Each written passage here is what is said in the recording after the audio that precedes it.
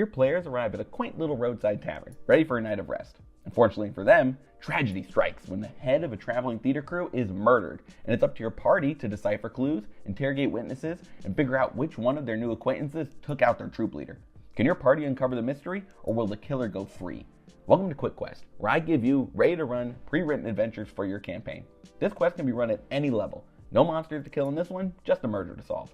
I'll take you through the circumstances, suspects, and evidence, and at the end reveal the culprit. Think you can solve it? Without further ado, let's get started.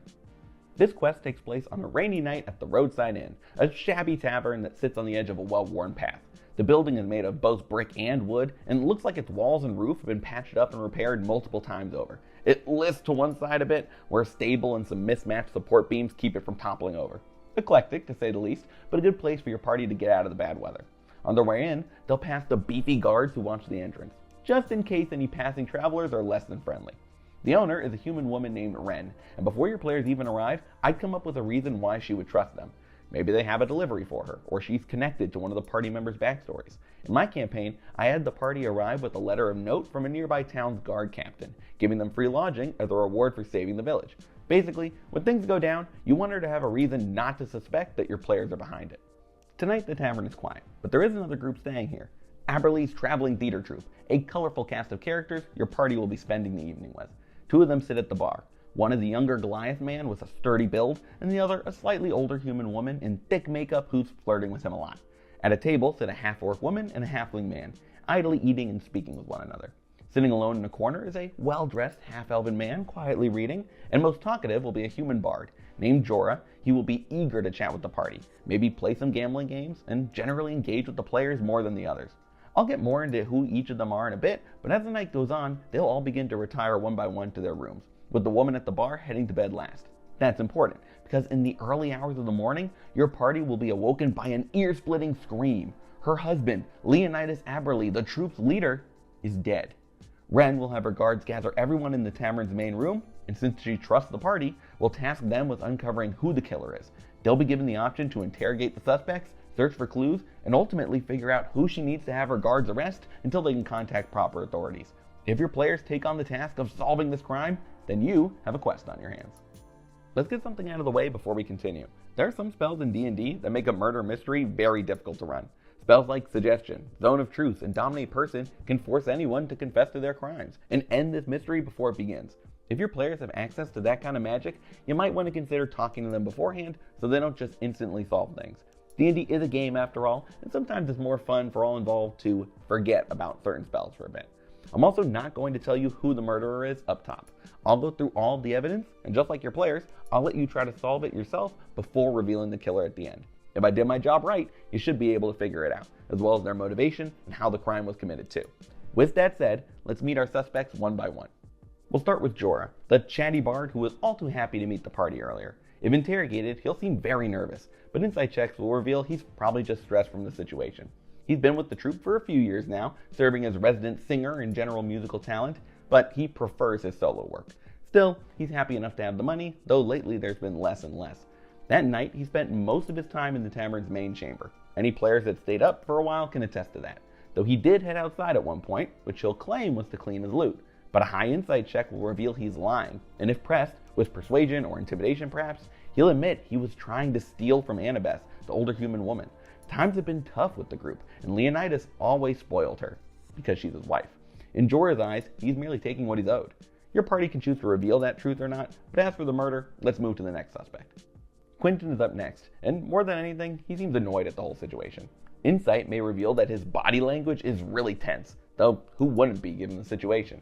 This half-elf is in charge of the troupe's stage magic, light shows, minor illusions, sound effects. He used to sing in their productions, and he'll talk warmly about performing on stage, but after 20 years of work, his voice finally gave out.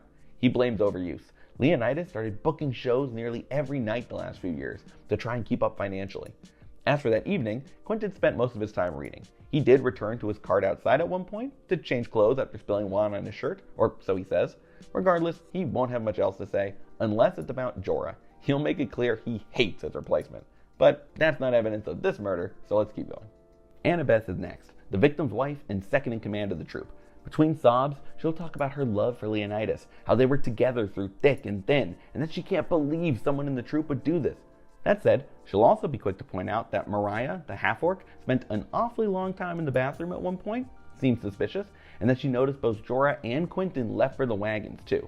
Really, the only person she won't trash is Nash, the Goliath she was showing a lot of attention earlier. If asked about him, she'll get defensive and insist that she was always loyal to her husband, though a DC 13 insight check will reveal she's probably hiding the truth.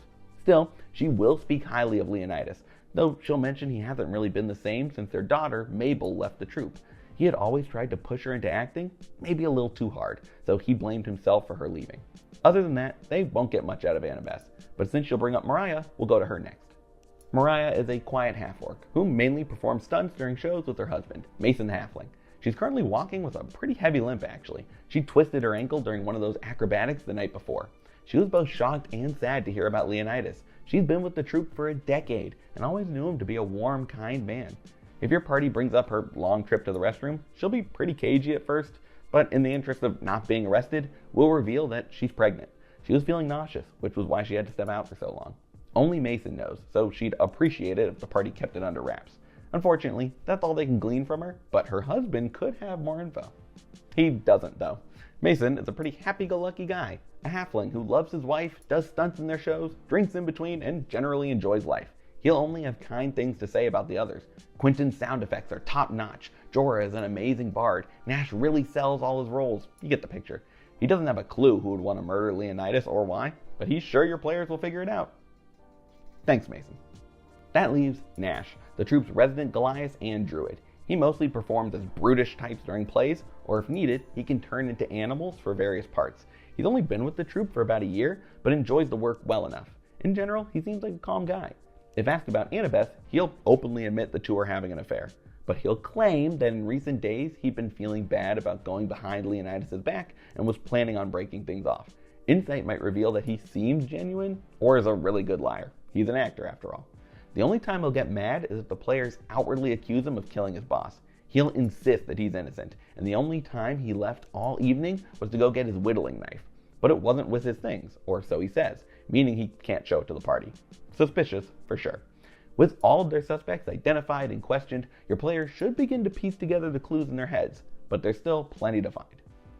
While they're interrogating potential suspects, they should also be gathering evidence. Let's start with the site of the murder. It isn't pretty. Leonidas' body is still lying in the bed, and it looks like he was stabbed multiple times. A DC 15 medicine check can reveal that based on the cuts and wounds, this doesn't look professional. Whoever did this probably wasn't too skilled, which is why it took a lot of jabs. Get an 18 or above, and they can identify the weapon used as a knife or dagger.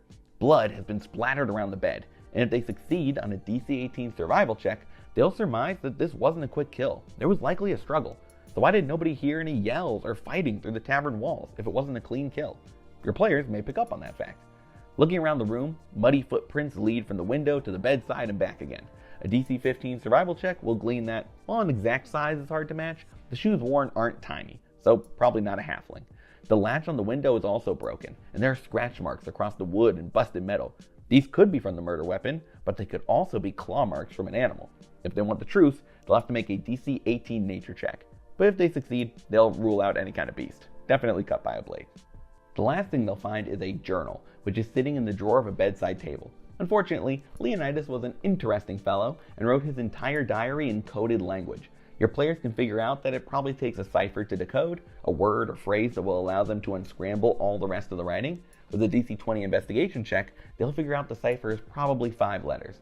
Now, it is possible to crack a code even without the key word, just really hard.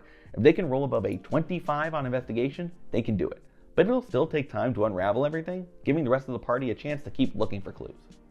For more evidence, they'll need to head outside and into the rain. If they swing around the back of the building, they'll be able to see more tracks like the ones inside, but the rain has washed them out to the point where you can't determine much from them. But there is still something out here to discover. With a good DC 18 investigation or perception check, they can find the murder weapon, a beautiful knife with a wooden handle, still slightly stained with blood. If they bring it inside, Jorah and Quentin will very quickly point out that it belongs to Nash.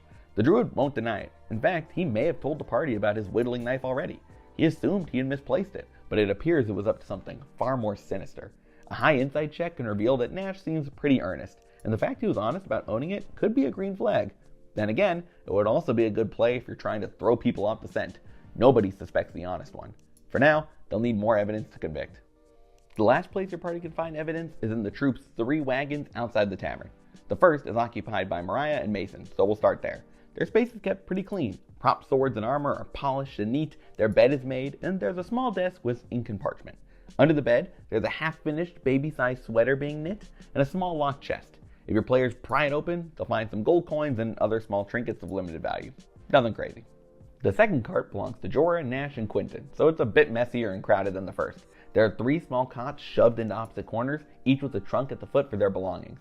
Nash has the biggest, per his size, and they can find some simple clothes and wooden figurines in his trunk. Sure enough, the knife's holster is also there, now empty. Jorah has a couple instrument cases tucked under his bed, but nothing too interesting. Quentin's cot has a bit more to it though. His wine-stained shirt is folded neatly on top, as he said, but if your players have sharp eyes, a perception or investigation check of 20 or higher, they might clock that the stains look a bit uneven. It almost seems like parts of the shirt were cleaned while others were left dirty. Could be from the rain, or maybe Quentin just gave up halfway through trying to fix it, which is what he'll say if questioned. Still, something to note. Last up is the leader's wagon, and before stepping inside, your players will notice there are actually 3 names hanging above the door: Leonidas, Annabeth, and their strange daughter, Mabel. Stepping in, this space is the most posh of the 3. A big bed, throw pillows, and a small table set up with a mirror and expensive makeup.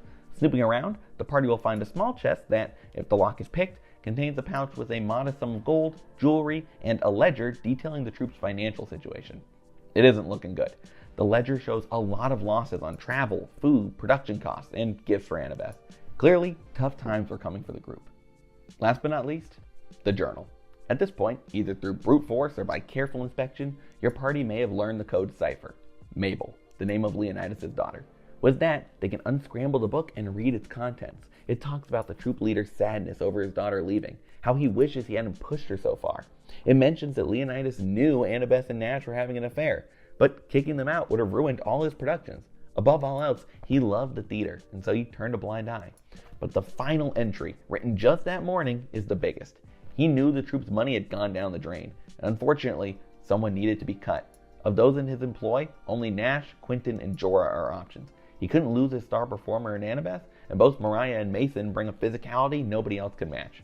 One of them had to go, and when they arrived at the roadside inn, he'd pull that person aside and let them know the next show would be their last. But he needed the day's ride to choose. He never had the chance to write down his decision. But of them, who needed this job the most? Who loved it the most? Who would kill rather than lose it? If your players can figure that out, then they can solve this case. With the evidence laid out and all the clues found, it's time to reveal the killer. Think you've solved it? I hope so, because at this point, all the pieces have fallen into place. The one who murdered Leonidas is Quentin. His motive? Already bitter over his broken voice, he snapped when Leonidas informed him he was being cut from the troop. Nash wasn't going to be fired. If he left, then Annabeth might go, and that wasn't an option. It could have been Jorah, but by his own admission, he prefers going solo. Only Quentin loved the theater enough to commit the crime. So he tried to frame Nash. Spilling wine on himself to forge an alibi, he stole the knife, climbed up to Leonidas' room, and using his sound-altering magic, cast silence inside the room. Then he murdered his boss in cold blood, hastily tossed the knife where he knew it would be found, and tried to clean some of the blood off of his clothes so nobody would notice with the red wine already on it. A near-perfect crime. And he would have gotten away with it too, if not for your meddling players. When confronted with all of the evidence, Quentin will confess, and the tavern guards will toss him in a cellar until he can be taken to the proper authorities. As a final note, murder mysteries can be tough for a party. Sometimes they miss crucial clues due to rolls, or don't connect the dots in ways that feel obvious to you behind the screen. So don't be afraid to move clues around and throw them a bone as needed. Or on the flip side, make things a little tougher if you think this was too easy to solve. But for now, your players can get some much-earned rest, but maybe with one eye open. Can never be too cautious after all. Did you solve the mystery? I'd love to hear if you got it right, or suggestions for how to make it even better in the comments. Thank you so much for watching. If you enjoyed the video, leaving a like is always appreciated. If you want to see more, you should subscribe to the Bard's College. I make videos about D&D, DMing, and everything in between. So if you like this one, there's more to come. But for now, good luck, and remember, crit your players.